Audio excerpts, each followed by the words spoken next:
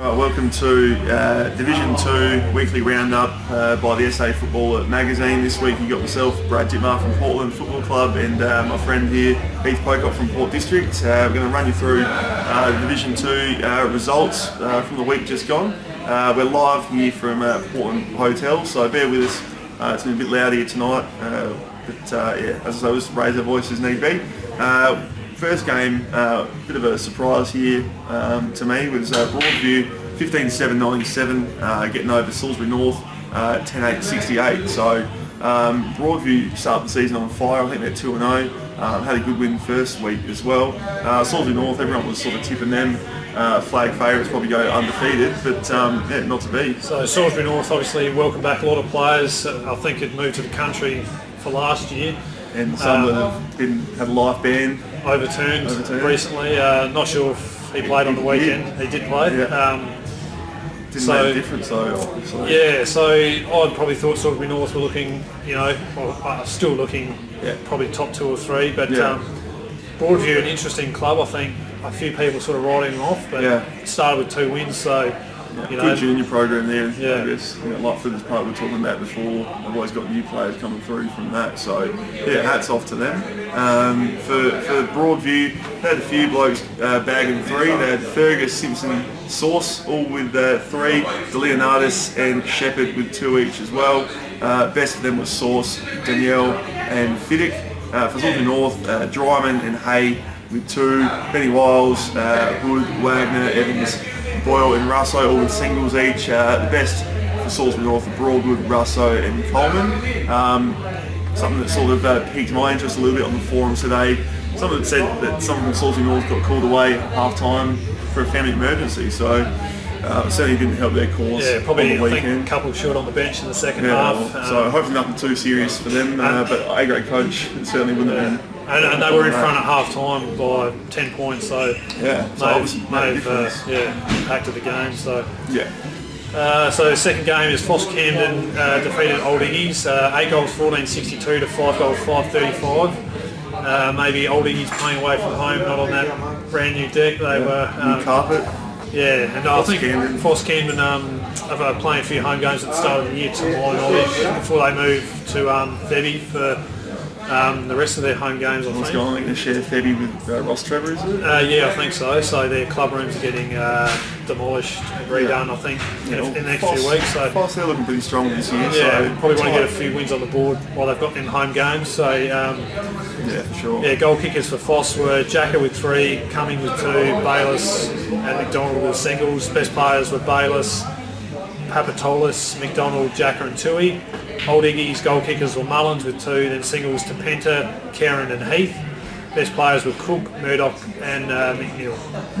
So moving on, we had Unley's Mercedes Jets hosting St Peter's Old Collegians. I've been told by Hosier that he enjoyed himself live broadcasting from there on the weekend. I think they had their ladies' day, so Hosey definitely had a bit to look at on the weekend from what I hear. Good view up on the balcony there at Unley. Him and Tommy enjoyed themselves, obviously. Luke's nodding furiously at that. Getting back to the footy, Unley 7-11-53 going down to St Peter's Old Collegians 14-21-04. Now St Peter's just go down, did 1 this year, so I guess they're looking to bounce back. They've had a few strong years and picked up a few players that I think left at the start of last year. I think Schulz might have been one. Former club captain. I've seen his name in the best on. A couple of goals there. He's pretty handy sort of player. So Unley at home, probably a little bit disappointed with that, but I think St Peter's going to be pretty strong. So no disgrace there. Well, let's just give their performers a bit of a shout out. We had Munn, Kabatz, Stewart, another Munn, Kerr, Poingus and Williams getting singles each for the Jets. Kabatz, Archer and Donald, best 3 for them. For St Peter's, they shared the goals around a bit. Schultz, Colley, Valconnen and McLeay getting multiples each. Fotheringham, Lockwood, Roberts and Schultz in the best players for the spot. So some familiar names there. They look to be having a pretty good year. So Unley, they've sort of faltered a little bit, I guess, since they had their cameo in Div 1. But have done well, I suppose, to come up and sort of stay around Div 2 mark. Done well. So it's always hard since they lost Luke Harder.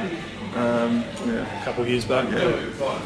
So next game, Gaza at home, 9 goals, 11.65. We're defeated by Brighton, 14 goals, 15.99. Brighton obviously up in Div 2 this year. I think they actually went down in round 1. I think they lost by about 100 points nearly, which is a bit surprising.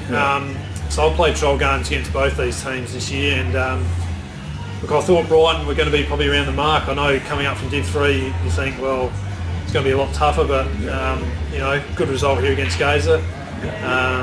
Whether they're going to be top 2 or 3, probably yet to be seen, with a few strong sides in the division. But that's it. I guess the loss first up, and you hear a few whispers they may have lost a few players from last year as well. But they were so strong last year, and their B grade had a really good depth last year as well. So I definitely expect Brighton to be making finals and competing. I suppose it's interesting as well, people try to compare that form from the Southern League to Div 1, 2, 3 here, so it'll be interesting sort of this year to see where they are. Whether Div 2 sort of around the mark or if they can push any higher than that. So for sure. So good to have them in the Conf though. A good club to have around. So for them, Gaza, the goal scorers were Gruber, Violi with 2 each, and Grieg, Stevens, Heinz, Carr and a Locker single goal scorers. Heinz getting best on. He's been out there for a long time, hasn't he? Pretty reliable performer. Beadle and DeBoy getting the best for them. For the Bombers, Kennedy with 4, Karja with 3, McPherson with 3, Howe with 2. In the best was Karja, Kennedy and Drew. Pretty comprehensive performance by them away from home at Gaza.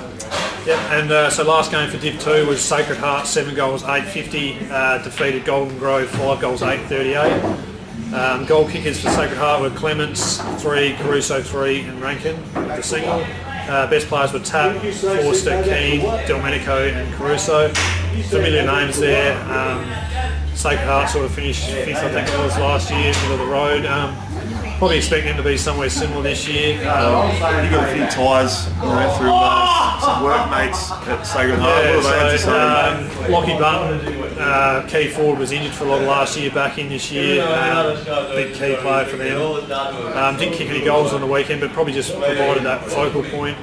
And familiar faces there. I'd expect them to sort of be around that 4th to 6th range again. Whether they can push higher, not really sure, but getting up in a bit of an arm wrestle there shows a bit of character. So solid start there. I think they may have lost round 1. Yeah, they did. So they'll be stoked to bounce back against Golden Grove. I think first time for them up in Div 2. So look, I guess they can hold their heads high. Pretty solid effort there. I think they're 0-2, so not the start they would have wanted this year. They could be sort of battling for relegation from what I hear. But fingers crossed for their sake they can stay up and consolidate this year. So do we go through their best players? Not Golden Grove. So Golden Grove, Pittman with 2 goals and also Dodd with 2 goals. Pittman, their best on ground. Thomas and Pengilly rounding out their top 3 players this week. So I have a look at the ladder now. 3 undefeated teams: PHOS Camden, St Peters and Broadview. I think St Peters are going to be looking to come straight back up with the additions they brought back in. They're going to be very strong this year. Salisbury North 1-1, Gaza 1-1, Brighton Bombers and Sacred Heart have also won a game. Then down the bottom of the ladder we've got Golden Grove, Old Iggies and Unley.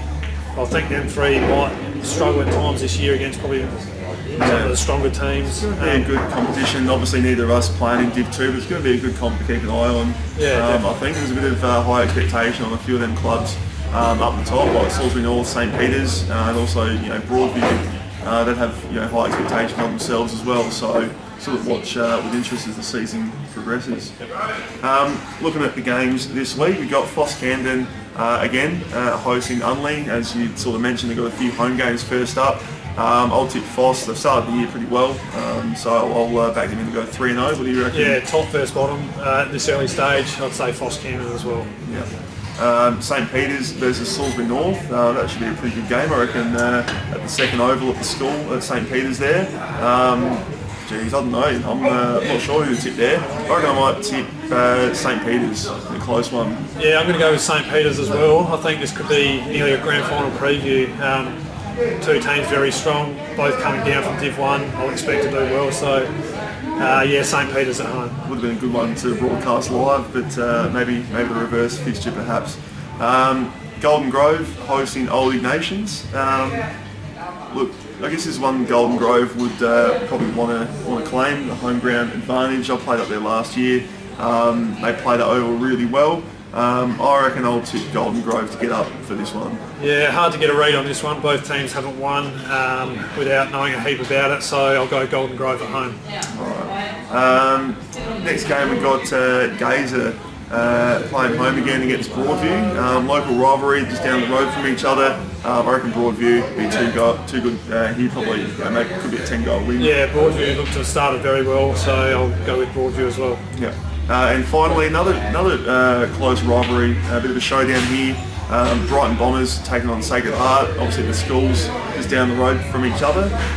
These two teams wouldn't have played each other for a while. Yeah, for a long time I think. So I reckon I'll go Brighton this game. Yeah, I think I might go with Sacred Heart. Maybe a bit of an upset. Yeah, so I'll go with Sacred Heart. Yeah, some very interesting games to keep an eye out for this week. So we'll be back here same time, same place next week. Could be a different host, but we'll see you later on in the year.